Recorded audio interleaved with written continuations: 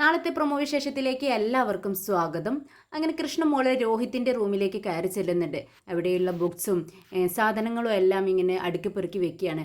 അതിനിടയിലാണ് കൃഷ്ണമോള് ടേബിളിന് താഴെയായി കിടക്കുന്ന ഒരു കവർ കാണുന്നത്. അതെടുത്ത് നോക്കുകയാണ്. നോക്കുന്ന സമയത്ത് അവൾക്ക് അത് എന്താണെന്ന് മനസ്സിലാവണില്ല. അപ്പോഴാണ് അങ്ങോട്ടേക്ക് ബബിത കയറി വരുന്നത്. ചേച്ചി ഇതൊന്ന് നോക്കിയേ, കണ്ടോ, ഇതെന്താ, എനിക്ക് മനസ്സിലാവണില്ല എന്ന് പറഞ്ഞ് ബബിതയുടെ കയ്യിൽ കൊടുക്കുകയാണ്. ബബിത അത് മേടിച്ച് നോക്കുന്നുണ്ട്. ഓ, ഇത് ഒരു ക്യാപ്സൂളിൻ്റെ കവറാണല്ലോ എന്നിങ്ങനെ പറയാണ്. അത് കേട്ടിട്ട് കൃഷ്ണമോള് പറയുന്നുണ്ട്, അതിന് രോഹിത്തേട്ടൻ ക്യാപ്സൂളൊന്നും കഴിക്കുന്നില്ലല്ലോ, ഇതെങ്ങനെ ഇവിടെ വന്നേ എന്ന് ചോദിക്കുകയാണ്. ഇത് കേട്ടിട്ട് ബബിത പറയുന്നുണ്ട്, അത് ക്യാപ്സൂൾ എന്തെങ്കിലും കഴിച്ചോ എന്ന് നമുക്കറിയത്തില്ലല്ലോ, ചിലപ്പോൾ അവന് വല്ല തലവേദനയോ എന്തെങ്കിലുമൊക്കെ ഉണ്ടായി കാണും. ഇത് കേട്ടിട്ട് കൃഷ്ണമോള് പറയുന്നുണ്ട്, ആ ശരി, എന്തായാലും അവൻ വന്നിട്ട് നമുക്ക് ചോദിച്ചു നോക്കാം എന്ന് പറയാണ്. എന്നാൽ രോഹിത് ആണെങ്കിൽ ഒരുപാട് നേരം വൈകിട്ടും കാണുന്നില്ല. നമ്മുടെ വൈജ ഇങ്ങനെ കാത്തിരിക്കുകയാണ്, എന്താ ഇത്രയും നേരമായിട്ട് ഇവനെ കാണാത്തത്, എവിടെ പോയി എന്നുള്ള ഒരു ഇതും കിട്ടുന്നില്ല. അപ്പോഴാണ് കോളിംഗ് ബെൽ അടിക്കുന്നത് കേട്ട് നമ്മുടെ വൈജ പെട്ടെന്ന് ചെന്ന് ഡോറ് തുറന്ന് നോക്കുക. അപ്പോഴാണ് പിറകോട്ട് തിരിഞ്ഞു നിന്ന് ആരെയോ എത്തി നോക്കുന്നത് പോലെ നമ്മുടെ രോഹിത് നിൽക്കുകയാണ്. പെട്ടെന്ന് വാതിൽ തുറക്കുന്ന സൗണ്ട് കേട്ട് രോഹിത് അങ്ങ് നോക്കുന്ന സമയത്ത് അമ്മയെ കണ്ടിട്ട് അങ്ങ് ഞെട്ടുക. വൈജയാണെങ്കിൽ ഇത്രയും നേരമായിട്ടും അവന് ഫോൺ അടിച്ചെടുക്കാത്ത ദേഷ്യത്തിലും നേരം വൈകി വീട്ടിലേക്ക് അവൻ കയറി വന്ന ദേഷ്യത്തിലും ഇങ്ങനെ അവനെ തുറിച്ചു നോക്കി നിൽക്കുന്നുണ്ട്. നീ ഇത്രയും നേരം എവിടെയായിരുന്നടാന്ന് ചോദിക്കുന്നുണ്ട്. അത് ഞാൻ എൻ്റെ ഒരു ഫ്രണ്ടിൻ്റെ വീട്ടിലേക്ക് പോയിരിക്കുകയായിരുന്നു എന്ന് പറയുന്നു.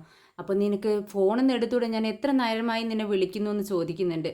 അത് ഫോൺ എടുക്കാൻ പറ്റിയില്ല, ഫോണിൽ ചാർജും കഴിഞ്ഞു പോയി എന്ന് പറയുന്നുണ്ട്.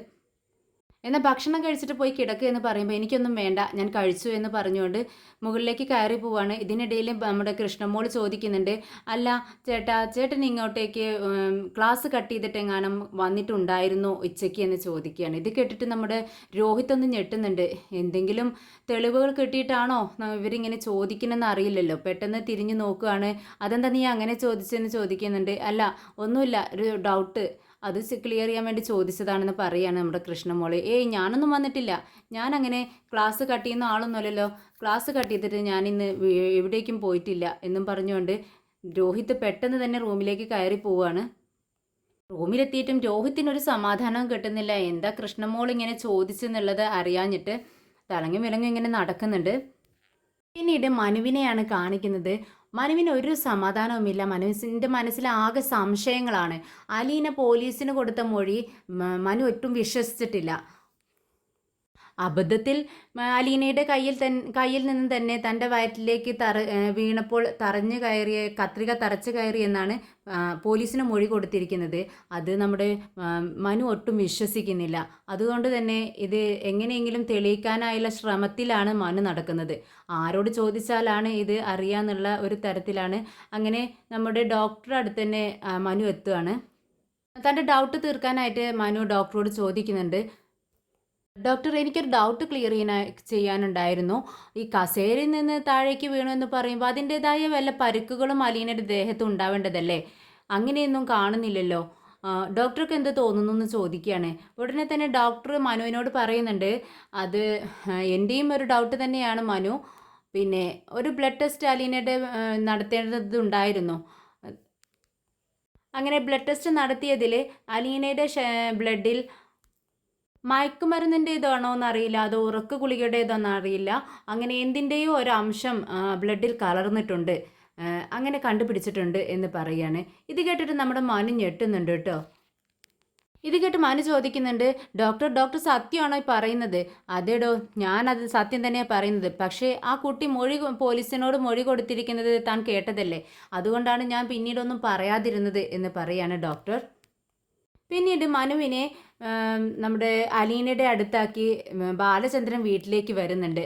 മനു പറയുന്നുണ്ട്, ഞാനിങ്ങനെ അവളുടെ അടുത്ത് ഇരുന്നോളാം, അങ്കിൾ വീട്ടിലേക്ക് പോയിട്ട് വന്നോളൂ എന്ന് പറഞ്ഞുകൊണ്ട് അങ്ങനെ ബാലചന്ദ്രൻ വീട്ടിലേക്ക് തിരിച്ചു വരുവാണ്. അങ്ങനെ വൈജയന്തി ഡോറ് തുറന്നു കൊടുക്കുന്നുണ്ട്.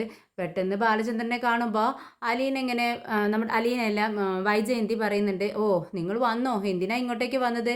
അവൾക്ക് അവിടെ കാവലിരിക്കായിരുന്നില്ലേ, എന്താടി നീ ഇങ്ങനെ പറയുന്നത്?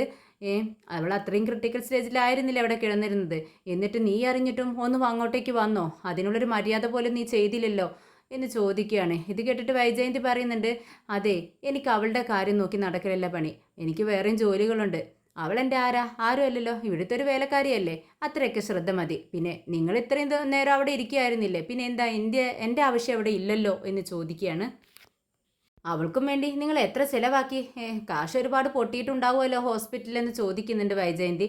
അത് ഞാൻ നോക്കിയില്ല, കണക്ക് ഞാൻ നോക്കിയിട്ടില്ല എന്നിങ്ങനെ ദേഷ്യത്തോടെ നമ്മുടെ ബാലചന്ദ്രൻ പറയുവാണ്. അവനെവിടെ നിന്റെ മകൻ രോഹിത് എന്ന് ചോദിക്കുകയാണ്. അതെന്താ നിങ്ങൾ അങ്ങനെ പറഞ്ഞത്? അവനവിടെ റൂമിലുണ്ട്, ഉറങ്ങിക്കാണും, കുറച്ചു നേരമായി വന്നിട്ടെന്ന് പറയുകയാണ്. അങ്ങനെ വൈജയന്തിയോട് ബാലചന്ദ്രൻ പറയുന്നുണ്ട്, നീ പോയി കിടന്നോ, ഞാൻ കിടന്നോളാം എന്ന് പറയുകയാണ്.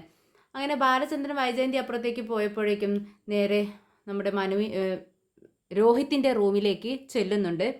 ഡോറിൽ തട്ടുകയാണ്. ഡോറിൽ തട്ടുന്ന സമയത്ത് രോഹിത്തിൻ്റെ മനസ്സിൽ പടപടാ മിടിപ്പാണ്. നമ്മുടെ അലീനയ്ക്ക് ഇങ്ങനെ സംഭവിച്ചതിൽ അവനിക്ക് ഒരുപാട് പേടിയുണ്ട്. അലീന ഇങ്ങനെയൊക്കെ പറഞ്ഞെങ്കിലും മൊഴി കൊടുത്തെങ്കിലും പിന്നീട് കള്ളത്തരം മനസ്സിലുള്ളത് കൊണ്ട് തന്നെ എന്ത് സംഭവിക്കും എന്നുള്ളൊരു പേടി എപ്പോഴും ഉണ്ട്. അതുകൊണ്ട് തന്നെ ഡോറ് തട്ടുന്ന സമയത്ത് പേടിക്കുന്നുണ്ട്. പെട്ടെന്ന് ചെന്ന് ഡോർ തുറന്ന് നോക്കുമ്പോൾ അച്ഛനെ കണ്ട് ഒന്ന് പേടിച്ചരണ്ട് നിൽക്കുകയാണ് നമ്മുടെ രോഹിത്ത്.